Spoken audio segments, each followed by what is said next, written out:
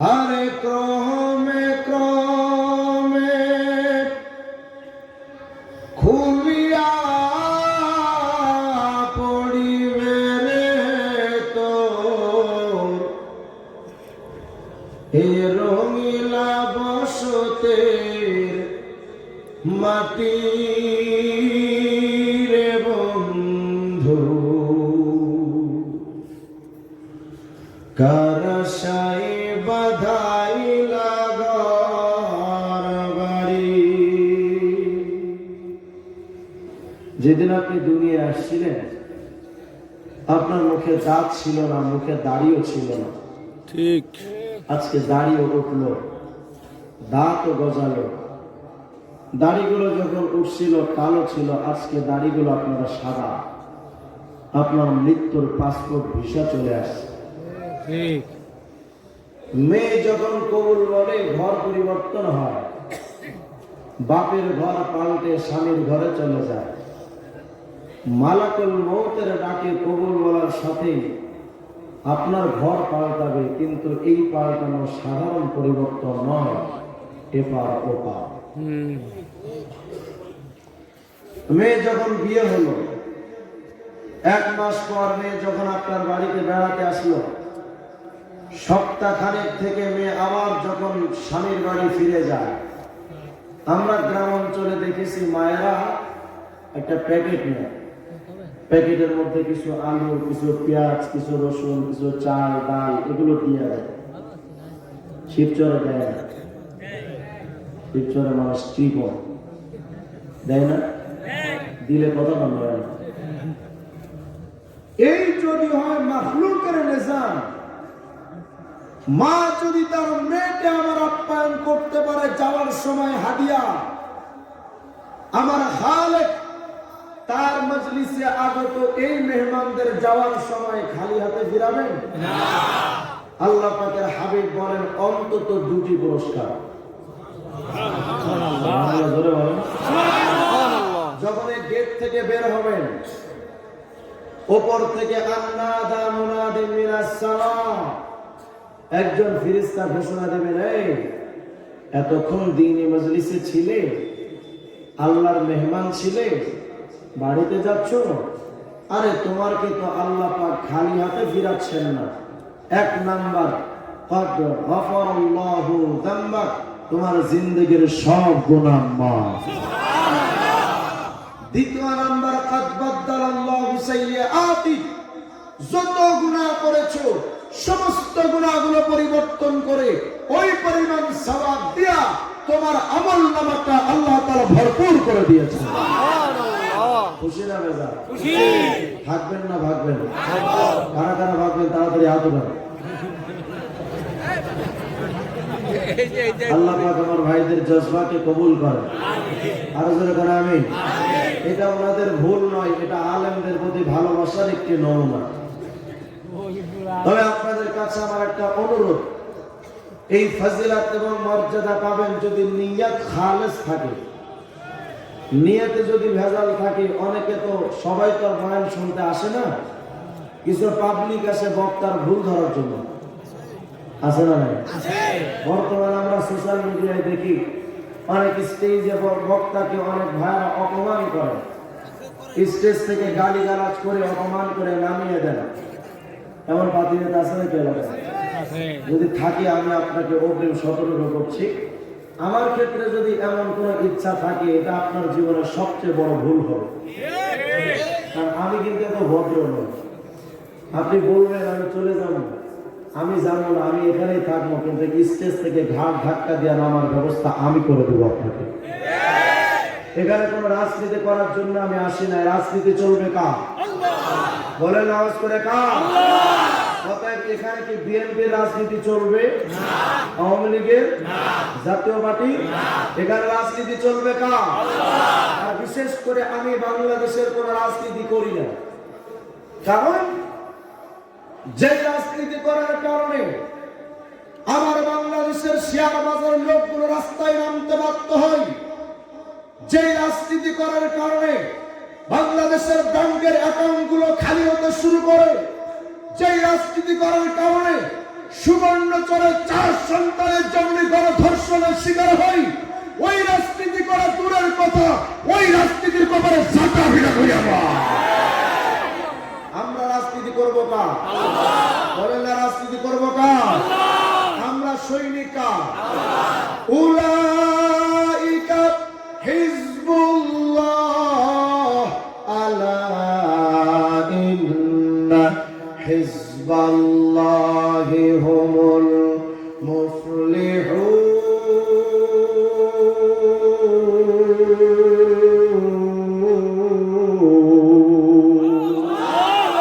বলেন না আওয়াজ করে, আমরা সৈনিক কার? জিয়ার, মুজিব, এরশাদ? আমরা সৈনিক একমাত্র কার? মুসলমান বলেন তো, কবরে তোমার রাজনীতি চলবেও কার? দুনিয়ার কোন রাজনীতির পরিচয় কবরে যখন জিজ্ঞেস করা হবে, আমার দিন, ওটা তোমার দিন কি? বললেন দিনিয়া আওয়ামী লীগ, দিনিয়া বিএনপি, দিনিয়া সাসার দল, দিনিয়া, বলো না দিনিয়া, দিনিয়া। কত মুসলমান যেহেতু তোমার কবরের ভিতরে আল্লাহর দিন ইসলামের পরিচয় যেহেতু চলবে, তোমার আওয়ামী লীগের পরিচয় চলবে না, তোমার বিএনপির পরিচয় চলবে না, তোমার জাতীয় পার্টির পরিচয় চলবে না।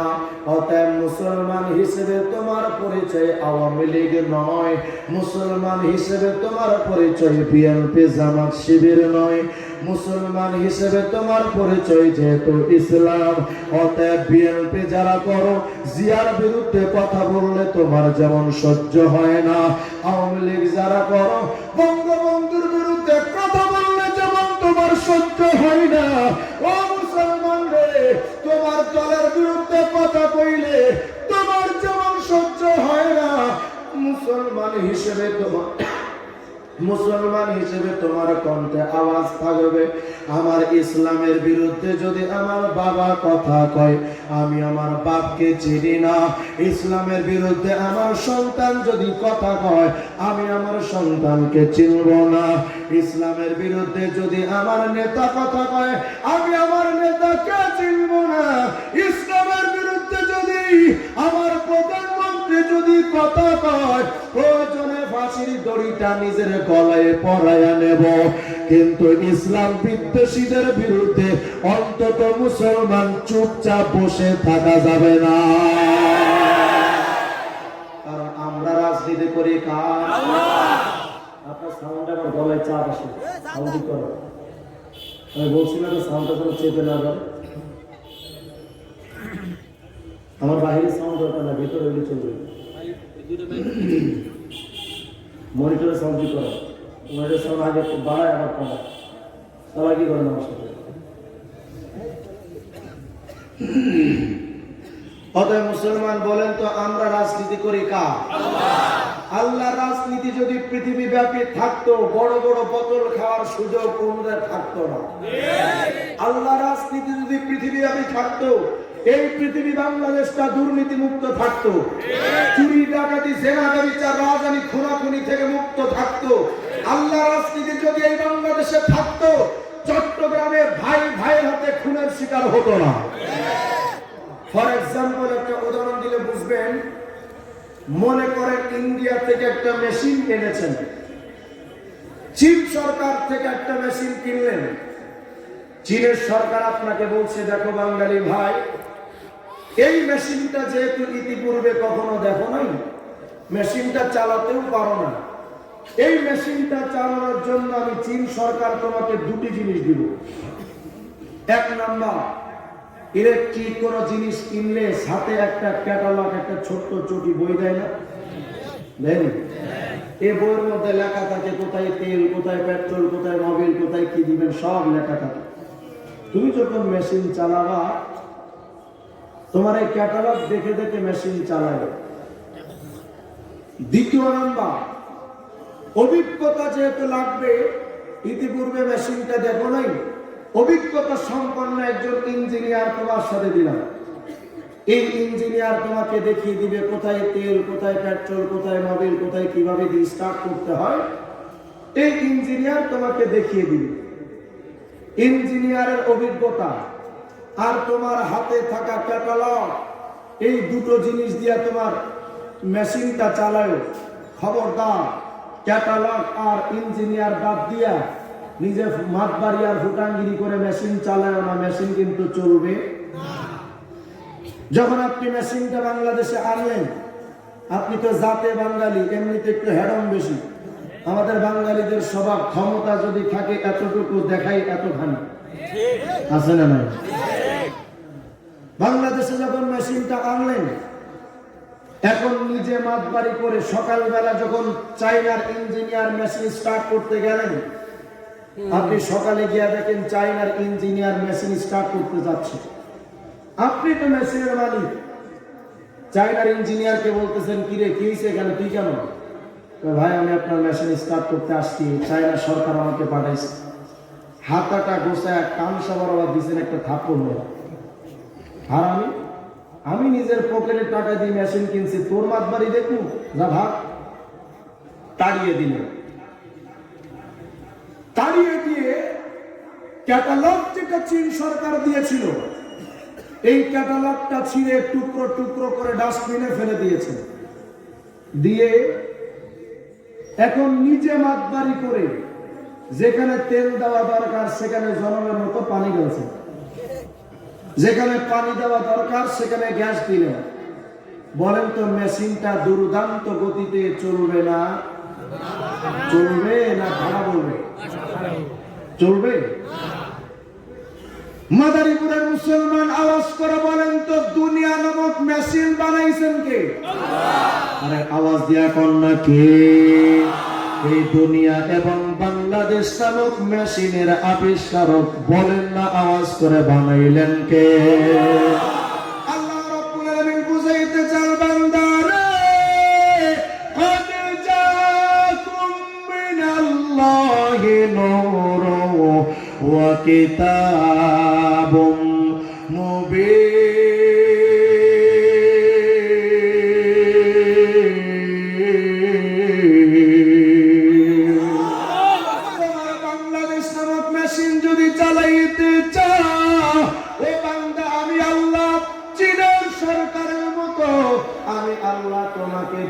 জিনিস দিলাম।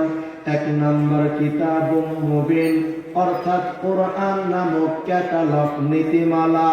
দ্বিতীয় নম্বর নূর, অর্থাৎ মুহাম্মদুর রাসূলুল্লাহ নামক ইঞ্জিনিয়ার। তোমার মুহাম্মদুর রাসূলুল্লাহ নামক ইঞ্জিনিয়ার দিয়া আর কোরআন নামক ক্যাটালগটা দিয়া তোমার ব্যক্তি জীবন চালাবা, সুন্দর শান্তিতে চলবা, তোমার পারিবারিক সামাজিক রাষ্ট্রীয় জীবন চালাইবা, তোমার সবকিছু সুন্দর করে চলবে। কিন্তু বান্দারে, তোমার আল্লাহর দেওয়া ক্যাটালগ নামক কোরআনটা যদি বাদ দিয়া দাও, নবী নামক ইঞ্জিনিয়ারটা বাদ দিয়া নিজের মন মতো যদি জীবন চালাও, তোমার রাষ্ট্রে যেখানে কি আইন দরকার কোরআন তোমাকে সব লেখা দিয়েছে। চুরির শাস্তি এইটা, ডাকাতির শাস্তি এইটা, জিনা ব্যভিচারের শাস্তি এইটা। এই আল্লাহর দেওয়ার নিয়ম কানুন বাদ দিয়া মানব রচিত গণতন্ত্রের সংবিধান দিয়া তোমার বাংলাদেশটা যদি চালাও, তোমার বাংলাদেশের নাম হবে ডিজিটাল, কিন্তু সবকিছুতে মিলবে ভেজাল আর ভেজাল।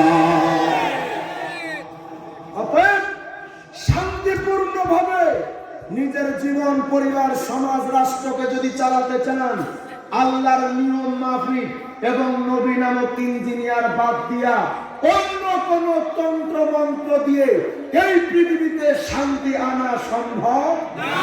বলেন সম্ভব না? ৪৯টা বছর আপনারা গণতন্ত্র খাইয়েছেন, আমাদের সমাজতন্ত্রের বিষ খাওয়ালেন, রাজতন্ত্র, একনায়কতন্ত্র, সাম্যবাদ, পুঁজিবাদ, জাতীয়তাবাদ, পৃথিবীর মানুষের হাতে বানানো আইন কানুন দিয়ে আদালত চালালেন, সংসদ চালালেন, সবকিছু চালালেন। ফলাফল এখন ধর্ষণ বাড়তে বাড়তে ধর্ষণের সেঞ্চুরি হয়। কিন্তু নবীর আইন দেখুন, জাহিলি সমাজটা পরিবর্তন করে কোরআন নামক নীতিমালা, নবী নামক ইঞ্জিনিয়ার, এই দুটি জিনিস যখন সমাজে ফিট করেছেন, জাহিলি সমাজটা পরিবর্তন হয়ে সোনালী সমাজ তৈরি হয়েছে। অতএব এই পৃথিবীকে যদি আজও শান্তিময় করতে চান, আইন মানা লাগবে কার? বলেন নামাজ করে কার? আর দ্বিতীয়ত ইঞ্জিনিয়ার হিসেবে মানা লাগবে নবী মুহাম্মদ রাসূলুল্লাহকে। দুঃখজনক হলেও সত্য, আজকের সময় আমার বাংলাদেশে কিছু কিছু বুদ্ধিজীবী টাকলুরা কয় 1400 বছর আগের মতবাদ ডিজিটাল যুগে চলে না। হ্যাঁ, বললি 1400 বছর আগের মতবাদ ডিজিটাল যুগে চলে না। তুমি যে গণতন্ত্র করো, তুই তো বেটা ইতিহাসও জানোস না। তোর গণতন্ত্র ইসলাম আসার কয়েকশো বছর আগে, খ্রিস্টপূর্ব 5ম শতাব্দীতে তোমার এই গণতন্ত্র অ্যাথেন্সে জন্ম নিয়েছিল। 1400 বছর আগের ইসলামতন্ত্র যদি না চলতে দেওয়া যায়, 2000 বছর আগের গণতন্ত্রের কবলে ছাতা পিটা করা দরকার। আমার মোহাম্মদ ওদের কাছে ভালো লাগে না, বলে হুজুর আমরা মোহাম্মদকে মানবো কেন? ইঞ্জিনিয়ার হিসেবে মোহাম্মদকে মানবো কেন? আমি বললাম তুমি মানো কারে? বলে যে আমরা অমুক তমুককে মানি। কেউ আইনস্টাইনকে মানেন, কেউ নিউটনকে মানেন, Maxwell, Charles Darwin, Aristotle, Ibn সিনা, শেক্সপিয়ার, রবীন্দ্রনাথ, এরপরে কেউ বা লেনিনকে মানেন, কেউ বা কার্ল মার্ক্সকে মানেন, অমুক তমুককে আপনারা মানেন। বাংলাদেশে আপনারা যারা রাজনীতি করেন, কেউ বা জিয়ার সৈনিক, কেউ বা মুজিব সৈনিক, কেউ বা চাচা এরশাদের সৈনিক। এক একজনকে তো নিশ্চয়ই মানে না মানে না? আরে বলেন না, মানে না মানে না? যুবক যুবতীরা তারাও নায়ক নায়িকাদের মানে, শিক্ষাবিদ তারা জাফরুল্লাহ স্যারকে মানে, শাহরিয়ার কবিরকে মানে, হুমায়ুন আজাদকে মানে। এই পৃথিবীতে কেউ কাউকে মানা ছাড়া, অনুসরণ করা ছাড়া এই পৃথিবীতে কেউ কি চলে? আমার কথা খুব খেয়াল করে বুঝবেন, জবাব দিবেন। আর আপনাদের সাউন্ড একটু কম, আওয়াজ দিয়ে করেন সাথে। আমি তো কবর জিয়ারত করতে আসি না। হ্যাঁ, মুসলমানের কণ্ঠে আওয়াজ থাকা দরকার। মুসলমানের সাউন্ড কখনো হয় না ডাউন। বর্তমানে মুসলমানদের সাউন্ডটা ডাউন হয়, আর ওরা আমাদের হাত ভাঙতে, ঢাল ভাঙতে, হাত কাটতে চায়। ওরা কেউ আবার আমাদেরকে ডাকে মামুনুল হক আয় খেলা হবে। আমি বললাম মামুনুল হক লাগবে না, শুধু মির্জা কাদের সাথে খেলা, দেখি কতটুকু খেলা। আপনি কথা কয় না কেন? ওরা আজকে আমাদেরকে ডাকার সুযোগ পায় একমাত্র আপনার আমার কণ্ঠে আওয়াজ কম থাকার কারণে। এই জন্য আওয়াজ থাকতে হবে, পারবেন? যতক্ষণ আমি কথা বলি একটু সুবহানাল্লাহ জায়গায় নাউজুবিল্লাহ বলতে পারবেন না? পারবো না। একটু চেপে আসেন তো, অনেক ভাই দাঁড়িয়ে আছে। এই যে খালি জায়গাগুলো একটু পূরণ করেন। একটু আসেন না ভাই, দ্রুত আসেন, একটু দ্রুত আসেন, আসেন আসেন, দ্রুত আসেন, আসেন না। আরে কি অবস্থা, আসেন না কেন? দ্রুত আয়েন না। পৃথিবীতে এমন কোন মানুষ নাই যার চরিত্র, এই পৃথিবীতে এমন কোন মানুষের মতবাদ নাই সেই মানুষের মতবাদ চলতে পারে। এই পৃথিবীতে যদি মতবাদ চলার যোগ্যতা রাখে, একমাত্র মতবাদের নাম হলো মুহাম্মদের মতবাদ। আমি আজকে আপনাদের হাতে কলমে দেখাবো মুহাম্মদকে মানবো কেন। তোমরা তো নিশ্চয়ই কেউ কাউকে মানো। হে যুবক যুবতী, চুল কাটো কার মতো? বলে মেসি আর নেইমারের মতো। দাড়ি রাখো কার মতো? বলে অমুক তমুকের মতো। যুবকরা কানে দুল দেয়, কিরে কানে দুল দিছিস কে? হুজুর এই যে শাকিব খান কানে দুল দিছিল, এই যে নাম বলেছে। আছে না ভাই? নায়িকারা কিরণমালা, পাকিজামা, কটকটি পরে না বলে না? এগুলো বলছি ইন্ডিয়ান নায়িকারা পড়ছে, আমরাও বলি। তাহলে বোঝা গেল যুবক যুবতীরা নায়ক নায়িকাদের মানে কেন মানো? বলে হুজুর এদের চেহারাটা অত্যন্ত সুন্দর। বোঝা গেল চেহারা দেখা কেউ কাউকে মানে। তাহলে চেহারার কারণে যদি কাউকে মানতে চাও, আমরা নবীকে চেহারার কারণেও তো মানতে পারি। আমার নবীর চেহারা কেমন, তোমার নায়ক নায়িকার চেহারা কেমন, ওটা ইনশাআল্লাহ একটু পরে বুঝাবো। তোমরা কারে মানো? বলে জাফর ইকবাল, শাহরিয়ার কবির, হুমায়ুন আজাদকে কেন? বলে বড় বড় শিক্ষাবিদ, শিক্ষার কারণে যদি তাদেরকে মানতে হয়, আমার মুহাম্মদ আরবিকে আগে মানা দরকার। বিজ্ঞানের আলোকে যদি আইনস্টাইনকে মানতে পারো, নিউটন, ম্যাক্সওয়েল, চার্লস ডারউইন, অ্যারিস্টটলকে যদি মানতে পারো, এই পৃথিবীতে সর্বশ্রেষ্ঠ বিজ্ঞানী আমার নবী মুহাম্মদ রাসূলুল্লাহ। ডাক্তারি সায়েন্সে যদি অমুক তমুককে মানতে পারো, আমি বলবো এই পৃথিবীতে সর্বশ্রেষ্ঠ চেহারা আমার নবীর চেহারা, সর্বশ্রেষ্ঠ চরিত্র আমার নবীর চরিত্র, সর্বশ্রেষ্ঠ শিক্ষাবিদ আমার নবী মুহাম্মদ, এই পৃথিবীতে সর্বশ্রেষ্ঠ বিজ্ঞানী আমার নবী মুহাম্মদ আরবি, এই পৃথিবীর সর্বশ্রেষ্ঠ ডাক্তার আমার নবী মুহাম্মদ রাসূলুল্লাহ, এই পৃথিবীর সর্বশ্রেষ্ঠ নেতা আমার নবী বিশ্বনবী মুহাম্মদ রাসূলুল্লাহ, এই পৃথিবীর সর্বশ্রেষ্ঠ চরিত্রের সর্বশ্রেষ্ঠ বিচারপতি আমার নবী বিশ্বনবী। এই পৃথিবীতে তোমরা যাদেরকে মানো ওদের যোগ্যতা একটা, কিন্তু আমার নবী এই পৃথিবীর যোগ্যতা সম্পন্ন কোন ব্যক্তি যদি থেকে থাকেন সেই ব্যক্তির নাম মুহাম্মদ রাসূলুল্লাহ। চলো আমি এক এক করে তোমাদেরকে শোনাই। আরে তুমি আমি কোন নবীর উম্মত? তুমি আমি তো নবীর উম্মত হয়ে নবীর কদর করলাম না, চুল কাটলাম খ্রিস্টানদের মতো, দাড়ি রাখলাম খ্রিস্টানদের মতো, পোশাক পরলাম বিজাতীয়দের মতো। তোমার তো উচিত ছিল মুহাম্মদকে আদর্শ মানা, মুহাম্মদের ফ্যাশন মানা। কারণ তুমি কোন নবীর উম্মত? তোমার নবীর মধ্যে নাই কোনটা? তোমার নবীর মধ্যে কোন যোগ্যতাটা নাই? হ্যাঁ, এখানে আজকে কোনো ভিন্ন আলোচনা হবে না, কে সুন্নি, কে ওয়াহাবি, কে মাযহাবি, কে লামাযহাবি, কে কওমি, কে আলিয়া। আমাদের কোনো দল নাই। অন্তত আজকের এই সময় আমাদের সবার এক দল, একমত, আমরা সবাই আরবের নবী মুহাম্মদের উম্মত। কোন দল আছে? হঠাৎ চলেন নাস্তিকদের বিরুদ্ধে আমরা আওয়াজ তুলি। আমরা নবীকে মানি কেন? তোমরা অমুক তমুককে মানো কেন? হে যুবক যুবতী, চেহারার কারণে যদি নায়ক নায়িকাদের মানা তোমার জন্য যুক্তিসঙ্গত হয়, চলো তোমার নায়ক নায়িকার চেহারা কেমন, আমার নবীর চেহারা কেমন আমি তোমাকে হাতে কলমে দেখাই। তোমার নায়ক নায়িকা মেকআপ না করলে, আইলাইনার, মাস্কারা, লিপস্টিক না দিলে তোমার নায়ক নায়িকার চেহারাটা উজ্জ্বল সুন্দর দেখা যায় না। শুটিং করার সময় নায়ক নায়িকার চেহারার উপরে ঘামের দানা পড়ে থাকলে টিস্যু পেপার দিয়ে না মুছলে বিশ্রী দেখা যায়। আমার নবী 1400 বছর আগে মেকআপ যখন ছিল না, আইলাইনার, মাস্কারা ছিল না, লিপস্টিক, শ্যাম্পু, কন্ডিশনার ছিল না, আরে আমার নবী কত সুন্দর ছিল জানো? নবীর চেহারার উপরে যদি ঘামের দানা পড়ে থাকতো, কাআন্না আলা ওয়াজহিহি আর-রুম্মান, মনে হতো বেদানার দানা পড়ে আছে। হযরত আব্দুল্লাহ ইবনে জাবের বলেন, বিশ্ববাসী রে, আমার নবীর চেহারাটা কত সুন্দর, তোমাদেরকে কেমনে বোঝানো কও? তবে এতটুকু বলি রে, কোন একটা চাঁদনি রাতে ফাজআলতু আনজুরু ইলাল কামার, একবার আমি আব্দুল্লাহ ইবনে জাবের আকাশের চাঁদের দিকে একবার তাকাই, ওয়া ইলা ওয়াজহিন নবী, আর একবার আমার নবীর চেহারার দিকে তাকাইতেছি। একবার তাকায় আকাশের চাঁদের দিকে, আর একবার তাকায় আমার নবীর দিকে। আমি আসলে বুঝতে চাচ্ছিলাম আকাশের চাঁদ সুন্দর নাকি আমার নবী সুন্দর, চাঁদ সুন্দর নাকি আমার নবী সুন্দর।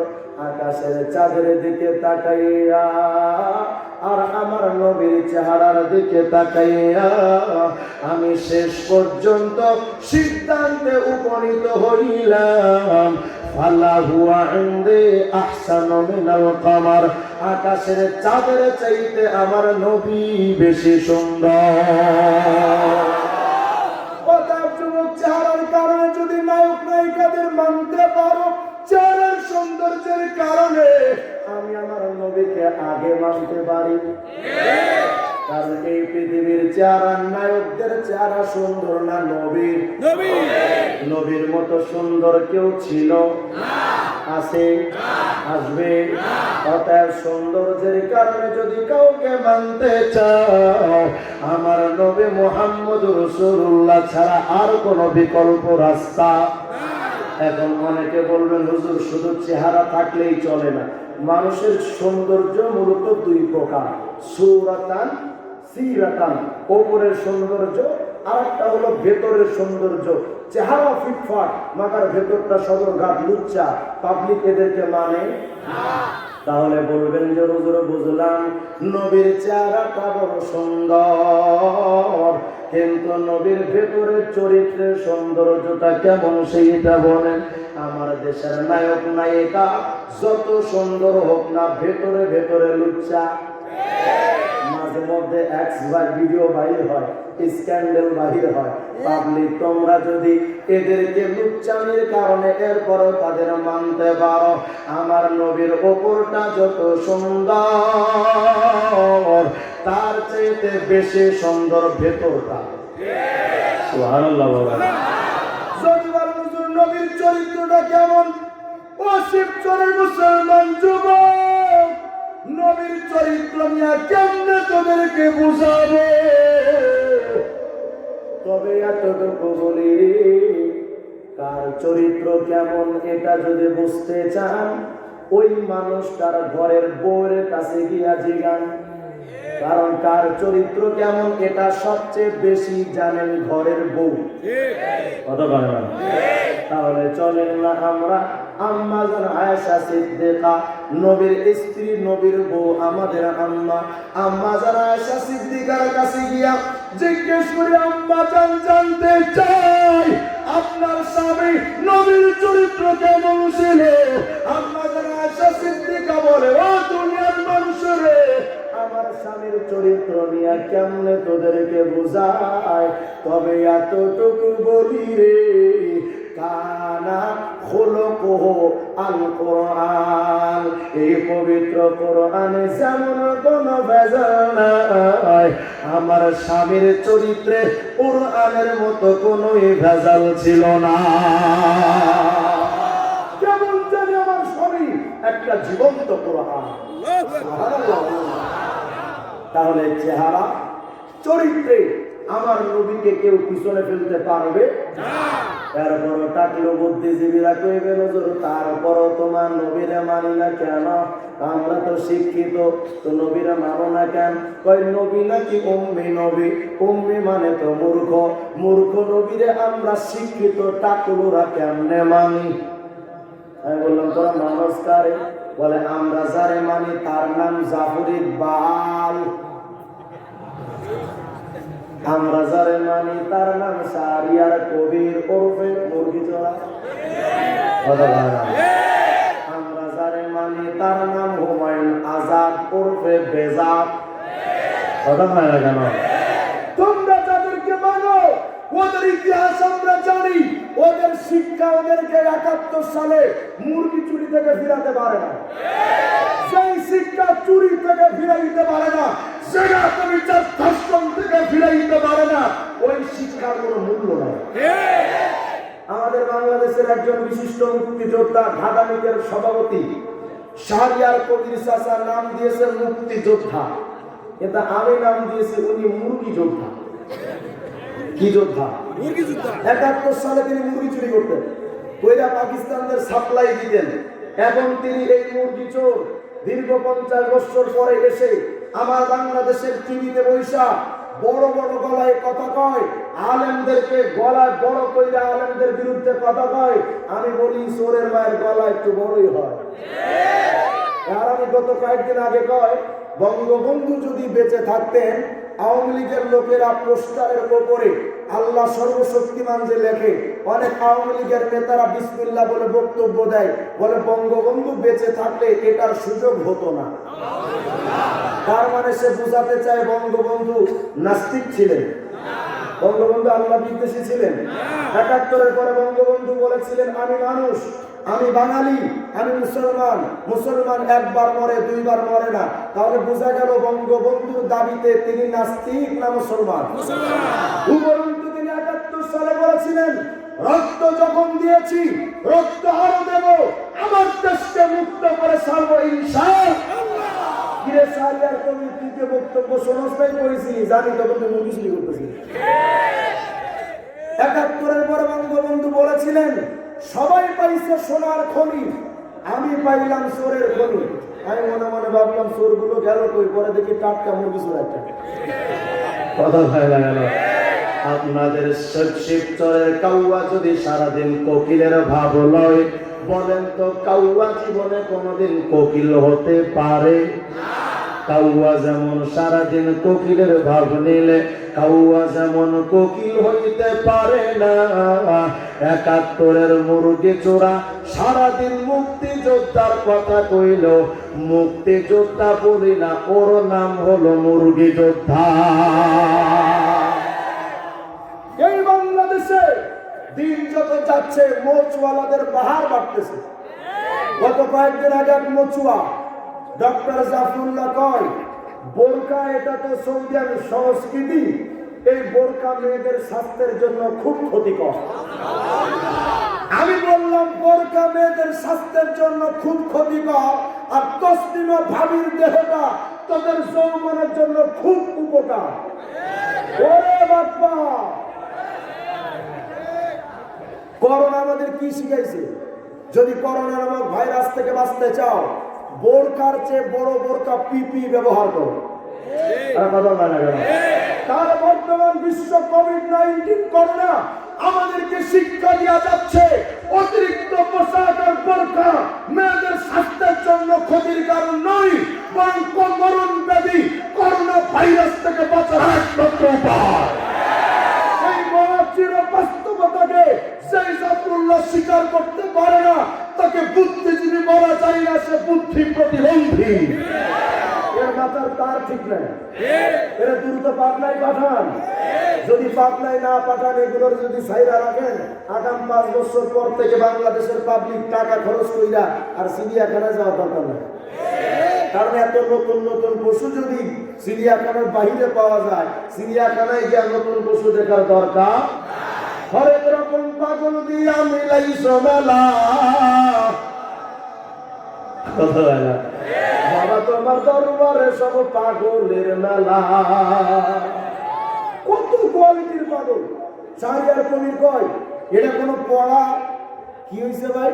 এ ওয়াতে ওযু, আতে আল্লাহ, রসইতে ইসলাম, মতে মোহাম্মদ, এটা কোনো পড়া হইল?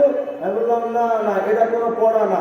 মতে মোহাম্মদ তোর ভালো লাগে না, ঠিক আছে, আজকে থেকে মতে মুরগি চড়া। আমার দেশের সন্তানরা কি পড়বে না পড়বে, কিরে মুরগি চড়া তুই বলার কে? তোর বক্তব্য শুনে আমার বাচ্চারা বললে তোর মতো মুরগি চুরি তো শিখবে। কি একটা আশ্চর্য ব্যাপার। আজ তাদেরকে তোমরা মানো, আমরা ওদেরকে মানি না, আমরা মানি আরবের নবী মুহাম্মদ রাসূলুল্লাহ। কেন মানি? শোন, ওদের শিক্ষা আর আমার নবীর শিক্ষার মধ্যে পার্থক্য কেমন। তোমার জাফর ইকবাল যখন স্কুল কলেজে পড়তেন, তোমার শাহরিয়ার কবির যখন ছাত্র ছিলেন, তারও যিনি শিক্ষক ছিলেন, ওই শিক্ষকদের বাড়ি আসমানে না জমিনে? বলেন আসমানে না জমিনে? তাহলে বোঝা গেল তোমরা যাদেরকে মানো ওদের শিক্ষকের বাড়ি জমিনে। আল্লাহ পাকের রাসূল বলেন, আল্লাহ মানে রব্বি, আমার শিক্ষক আমার আল্লাহ। অর্থাৎ দুনিয়ার ছাত্রদেরকে তোমরা যদি শিক্ষক হিসেবে মানতে পারো, আল্লাহর ছাত্র মুহাম্মদকে আমরা আগে শিক্ষক হিসেবে মানতে পারি। এখন বলবেন হুজুর তাও বুঝলাম, তবে আর একটা কথা, আপনার মুহাম্মদ যদি এত বড় মহান স্রষ্টার ছাত্র হয়, তো আপনার আল্লাহ আপনার মুহাম্মদকে কোন বিষয়ে ডিগ্রি দিয়েছেন বলেন? আপনার নবী কোন বিষয়ে পিএইচডি করা কখন? আমি বললাম তোমাদের শিক্ষকরা কোন বিষয়ে পিএইচডি করা? বলে আমার শিক্ষক সমাজে পাকা, বিজ্ঞানে কেউ বা বিজ্ঞানে পাকা, কেউ বা বাংলায় পাকা, কেউ বা ইংলিশে পাকা। মাগার যারা তোমাদের শিক্ষক যারা ইংলিশে পাকা, তারা কিন্তু বাংলায় কাঁচা। যারা ইংলিশে পণ্ডিত, বাংলা এমন কয় বোঝার কায়দা নাই, বাঙালি না রোহিঙ্গা। গত কয়েকদিন আগে একজন কয় না, তোমাদের হুজুররা তো মাদ্রাসায় পড়া পিঠা পিঠা তোমাদের আলেম বানাইছে, আর আমি ঘরের মধ্যে বসে বসে মেলা কিছু শিখছি। কি শিখছো? আলিফ বা তা সা জিম হা খা। উনি খা শিখছে। চিন্তা করো কত বড় শিক্ষা, খা শিখালে। এখন মোবাইলটাকে আমাদের উনি খা শিখালেছে, কত বড় শিক্ষিত। আমার এক মুসল্লির একদিন বলছে, ভাই একটু একামত দেন তো। এই একামত দিতেছে আল্লাহু আকবার আল্লাহু আকবার লা ইলাহা ইল্লাল্লাহ মুহাম্মাদুর রাসূলুল্লাহ কতকা মাতারি সালাহ কতকা মাতারি সালাহ। একামত দেন। বুঝাতে চাচ্ছি এই পৃথিবীতে যিনি জেনারেল শিক্ষায় পাকা তিনি আরবিতে কাঁচা। কথা কয় না? আমার নবী আল্লাহ পাকের রাসূল বলেন উতিতু ইলমাল আউয়ালিন ওয়াল আখিরিন, আল্লাহ পাক আমাকে আগের পরের সব জ্ঞান দান করেছে। সুতরাং এক বিষয়ে পিএইচডি করা অমুক তমুক শিক্ষককে মানা তোমাদের জন্য যদি যুক্তি সঙ্গত হয়, সর্বজ্ঞানে জ্ঞানী আমার নবীকে আগে মানতে পারে। এখন বলবে হুজুর তাইলে সব বুঝলাম, এখন বল আপনার মোহাম্মদ এত বড় শিক্ষিত, কি পড়াইছে আপনাদের? আমি কইলাম তোমাদের শিক্ষকরা কি পড়াইছে সেইটা কও। বলে আমগো শিক্ষক পড়াইছে হাট্টি মাটিম টিম, তারা মাঠে পাড়ে ডিম, তাদের খাড়া দুটো শিং, তারা হাট্টি মাটিম টিম। আমি কইলাম তোমরা বোঝো গোলার ডিম, যার মাথায় শিং আছে ও কি ডিম পারে? তাহলে এই শিক্ষাটা সত্য না মিথ্যা? বুঝা গেল তোমাদের শিক্ষার মধ্যে সত্যও আছে মিথ্যাও আছে। আমার নবী এমন শিক্ষা এনেছেন, দালিকাল কিতাব লা রাইবা ফিহি। আল্লাহু আকবার বলেন। আমার নবীর শিক্ষার মধ্যে মিথ্যা দূরের কথা, সন্দেহের কোনো অবকাশ নাই। অতএব তোমাদের সত্য মিথ্যার মিশ্রণের মিশ্রিত শিক্ষার শিক্ষককে মানা তোমার জন্য যদি যুক্তিসঙ্গত হয়, সত্যের বার্তা মুহাম্মদকে আগে মানা দরকার। এখন বলবেন হুজুর তাও বুঝলাম, তবে আর একটা প্রশ্ন থাইকা যায়। কি প্রশ্ন? আপনার মোহাম্মদ কোন দেশের ডিগ্রি এনেছে কোন? আমি বললাম তোমগো শিক্ষক কোন দেশের ডিগ্রি পাইছে বলো। বলে অক্সফোর্ড বিশ্ববিদ্যালয়ের। চুং চাং চুং চুং বুম ভাং চাইনার। মাথা খারাপ ডোনাল্ড ট্রাম্পের আমেরিকার। গরুর মুখ খাওয়া দেশ ইন্ডিয়ার। এই তো তোমাদের দেশের পরিচয়, তোমরা যেখান থেকে ডিগ্রি আছে। এই তো আমার নবী আমেরিকার ডিগ্রি কি করবে? লন্ডনের ডিগ্রি নবী কি করবে? আমার নবী জাপানের ডিগ্রি কি করবেন? ইন্ডিয়ার ডিগ্রি নবীর দরকার নাই, কারণ আমার নবী ডিগ্রি পেয়েছেন সুবহানাল্লাযী আসরা বিআবদিহি লাইলাম মিনাল মাসজিদিল হারাম ইলাল মাসজিদিল আকসা। আল্লাহু আকবার। আমার নবী আমেরিকার ডিগ্রি কি করবেন? লন্ডনের ডিগ্রি কি করবে? আরে আরে আমার নবী তো ডিগ্রি পাইছেন মেরাজের রাত্রে আর সে আজিমের ডিগ্রি। এখন বলবেন হুজুর সব মানি, তারপরও মানি না কেন? আমরা বুয়েটের ছাত্র, বিজ্ঞানের ছাত্র। আপনার নবী যত বড় শিক্ষিত থাক না কেন, বিজ্ঞানী কিন্তু ছিল না। আমি বললাম তোমাদের বিজ্ঞানের মতো বিজ্ঞানী আমার নবী ছিল না, তোমাদের বিজ্ঞানের চাইতে বড় বিজ্ঞানী ছিলেন। যদি হুজুর কেমনে? আমি বললাম তোমাদের বিজ্ঞানীরা কি দেখাইছে? আমাদের বিজ্ঞানী Einstein, Newton, Maxwell, Charles Darwin, Aristotle, Ibn Sina কি দেখাইছে তোমাদের? ভাই মানুষ আগে বান্দর ছিল। কি ছিল? মানে ডারউইনের মতবাদ যারা মানুষের সব, কেউ আর মানুষের বাচ্চা না, সব বান্দরের বাচ্চা। এই তো তোমাদের বিজ্ঞানীরা দিছে। তোমাদের বিজ্ঞানীরা এমন কি দেখাইছে? হুজুর বিজ্ঞানীদের বাড়ি তো দুনিয়ায়, এই দুনিয়ার মানুষ কেমনে দেখছেন চাঁদের খবর পাওয়া যায়। হ্যাঁ বললাম তোমাদের বিজ্ঞানীরা চাঁদের খবর করতে গেলে তোমাদের বিজ্ঞানীদের মাসের পর মাস, বছরের পর বছর, যুগ যুগ ধরে গবেষণা কইরা রকেট টকেট হাবিজাবি কত লক্ষ লক্ষ ডলার খরচ কইরা ঊর্ধ্ব গগনে গিয়া চাঁদের দেশে যাওয়া লাগে, এরপরে চাঁদের খবর পায়। আর আমার নবী এমন বিজ্ঞানী, চাঁদের দেশে যাওয়া লাগে না, দুনিয়া থেকে আঙ্গুল দিয়ে ইশারা দেয়, চার দ্বিগুণিত হয়ে যায়। তোমাদের বিজ্ঞানী কেমন? আমার বিজ্ঞানী মোহাম্মদ কেমন? আরে উম্মতে মুহাম্মাদি, তোর নবীর মধ্যে কি যোগ্যতা ছিল তুই ভুলে গেলি কেন? তোর নবীর মধ্যে কি যোগ্যতা জানোস? তোমার বিজ্ঞানীরা কি দেখাইছে? বলে হুজুর আমাদের বিজ্ঞানীরা কয় সূর্য নিজের কক্ষপথে চলে, তো দুনিয়ার বিজ্ঞানীরা সূর্যের খবর পাওয়া যায়। তাহলে চিন্তা করেন কত বড় যোগ্যতা সম্পন্ন এরা। আমি বললাম এই সূর্য কেমনে চলে বিজ্ঞানীরা যে বের করলো, কয়দিন টাইম লাগছে? বেশি দিন না, মাত্র 200 বছর। আমি বললাম 200 বছর কি তোর বিজ্ঞানীরা ঘোড়ার ঘাস কাটছে? আপনার মোহাম্মদ কি করছে? আমি বললাম আমার নবী কি করছে এটা জানার আগে আগে তোর ওয়াজটা কইরা লই। তোর বিজ্ঞানীরা এই সূর্য নিয়ে কত কাহিনী করছে। বলে একজন বিজ্ঞানী আইসা কয় সূর্য দুনিয়াকে লক্ষ্য কইরা ঘোরে। পাক্কা 150 বছর এটা সবাই মেনে নিল। 150 বছর পরে এসে আর একজন সায়েন্টিস্ট বিজ্ঞানী কয় দূর দূর কি কও তোমরা, 150 বছর যে সায়েন্টিস্টের কথা বলেছেন এটা ডাহা মিশা কথা, এই কথার সাথে বাস্তবতার সম্পর্ক নাই। উনি হয়তো কোনোদিন ইন্ডিয়ায় গিয়ে গরুর মুখ খাইছিলেন, মাথায় পুষ্টি ছিল না, এই জন্য মিশা কথা কইছে। তো সত্য কথা কোনটা? বলে সূর্য দুনিয়াকে লক্ষ্য করে ঘোরে না, বরং দুনিয়া সূর্যকে লক্ষ্য করে ঘোরে। 50 বছর আবার চললো, পাক্কা 200 বছর পর বর্তমান বিজ্ঞান বলছে সূর্য নিজের কক্ষপথে চলে, দুনিয়া নিজের গতিপথে চলে। আমি বললাম এটা বের করতে 200 বছর টাইম লাগলো, হাজার লক্ষ লক্ষ ডলার খরচ করা লাগলো।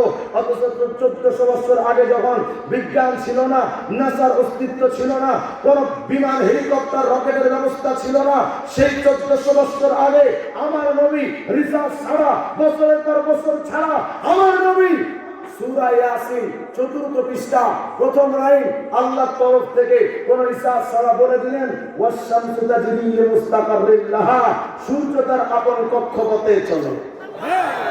বুঝে গেল আমার নবী যখন যেটা বুঝে ওই বুঝতে তোদের বিজ্ঞানীদের অন্তত 1400 বছর টাইম লাগে।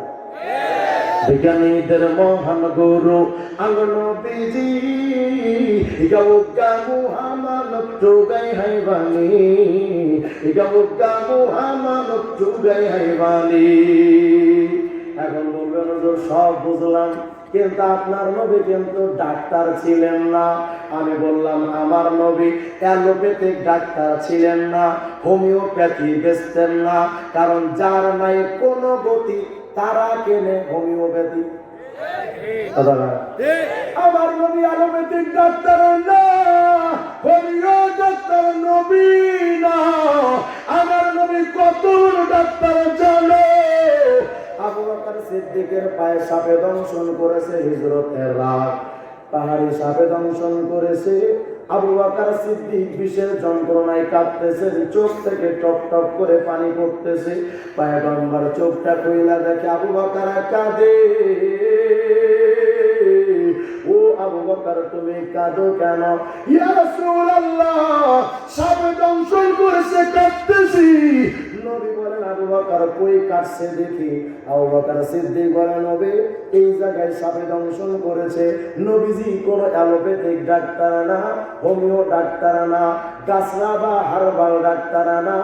আমার নবী কোন ঔষধ নেওয়া ছাড়া মুখের থুতু লাগাই দিলেন ট্রিটমেন্ট হয়ে গেল। আরে কত বড় ডাক্তার তোমার নবী। এখন বলবেন হুজুর বুঝলাম, চেহারায় নবী সেরা, চরিত্রে নবী সেরা, যোগ্যতায় শিক্ষায় নবী সেরা। আপনার নবী বড় বিজ্ঞানী ছিলেন, বড় ডাক্তার ছিলেন, কিন্তু আপনার নবীর যোগ্যতা কি ছিল, কি করতে পারতেন তিনি? আমি বললাম তোমাদের লোকেরা কি যোগ্যতা আছে? বলে আমাদের নেতারা দেশটারে ডিজিটাল বানায় ফেলাইছে।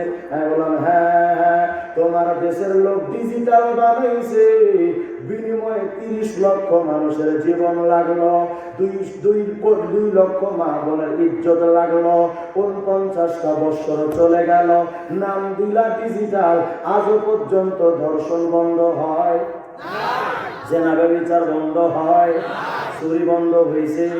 আগে রডের দাম ছিল, এখন বাসের দাম বেড়েছে। কথা বলা যায়।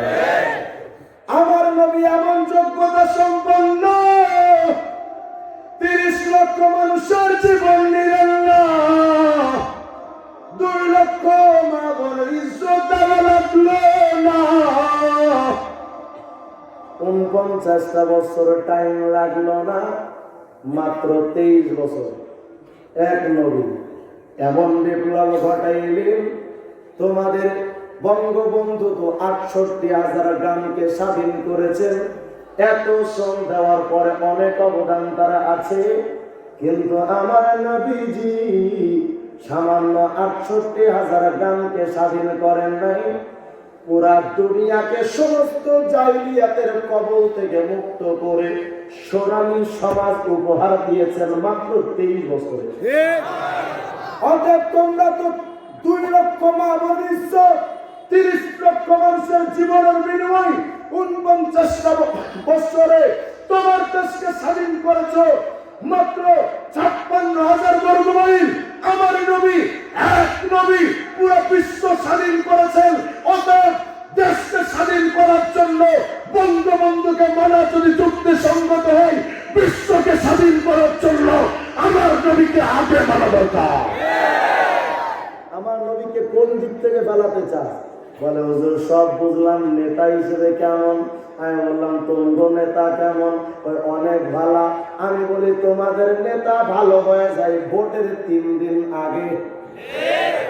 মুখে সালাম, অডিও রেকর্ড করে রাখছে সালাম। ভোট 3 দিন পর ভোট পাওয়া লাগবে না? যারা এটাকে সালাম, যুবক যুবতী সালাম, বাচ্চা কাচ্চা সালাম, বৃদ্ধ বৃদ্ধা নারী পুরুষরা সালাম। রাস্তা দিয়া সুকুমার হাইটা যায়, এই সুকুমার দা খারাপ আসসালামু আলাইকুম কথা বলে না। কিন্তু ভোটের পর নেতা সালাম। কিন্তু তোমার আমার নবী কেমন নেতা জানো? তোমার আমার নবী 1 দিন 2 দিন মানুষকে দেখানোর জন্য না, ছোট বাচ্চাদের পাইলেও সালাম দিতেন। সুবহানাল্লাহ জোরে বলেন। ছোটদের দেখে তিনি মিষ্টি হেসে সালাম দিতেন আগে ভালোবেসে।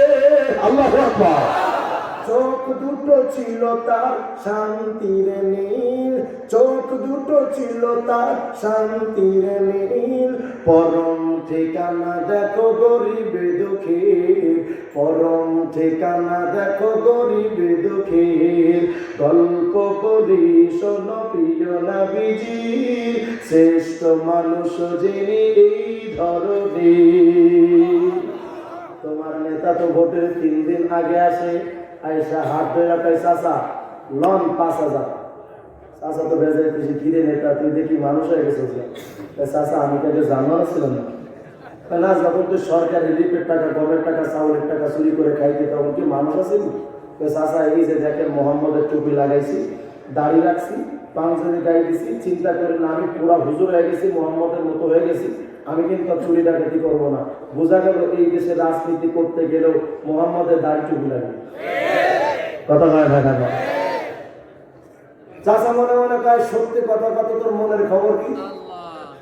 নেতা মনে মনে কয় চাচা রে কি মনে মনে ভাবতেছেন 5,000 যে দিলাম এটা কি দান নাকি? না চাচা না, মুখে মিষ্টি অন্তরে বিষ, তার নাম পলিটিক্স। কথা না। আজকে দিলাম 5,000, ভোটটা দেবেন আবার, ক্ষমতায় যাবো আবার, গিয়া পাবো একটা চেয়ার, করবো তোমাকে বিচার। চাচা রে তুমি তো ভদ্র মানুষ, হয়তো ঝগড়া করবা না, তোমার পায়ের উপরে পা রেখা কিছু পাবলিক ঝগড়া করবে, ওরা আর কেউ না, চামচা আমার। কথা বলে কি শেষ হয়ে দেবো?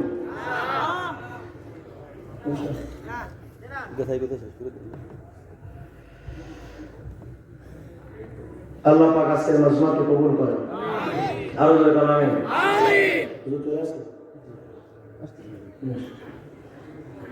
আল্লাহ পাক যেন আমাদের সকলকে আমাদের রাসূলকে চেনা তৌফিক দান করেন। আরো জোরে বলেন আমিন। আজকের এই প্রত্যেক মানবতাকে আমার মূল টার্গেট যেটা ছিল আমি সারাংশ শেষ করে দিই। নবীর মধ্যে সব যোগ্যতা ছিল না ছিল না? আরে বলেন ছিল না ছিল না? যেহেতু নবীর মধ্যে সব যোগ্যতা ছিল, অতএব মানতে হবে নবীকে। মাথায় টুপি, মুখে দাড়ি, অল বডি, পরিবার, সমাজ, রাষ্ট্র সবকিছু মানতে হবে নবীজির মতো। আল্লাহ তাআলা যেন আমাদের সকলকে সুন্নাতের উপরে চলার তৌফিক দান করেন। আমিন। ওয়া আখিরু দাওয়ানা আলহামদুলিল্লাহি রাব্বিল আলামিন। আসসালামু আলাইকুম ওয়া রাহমাতুল্লাহি ওয়া বারাকাতুহু।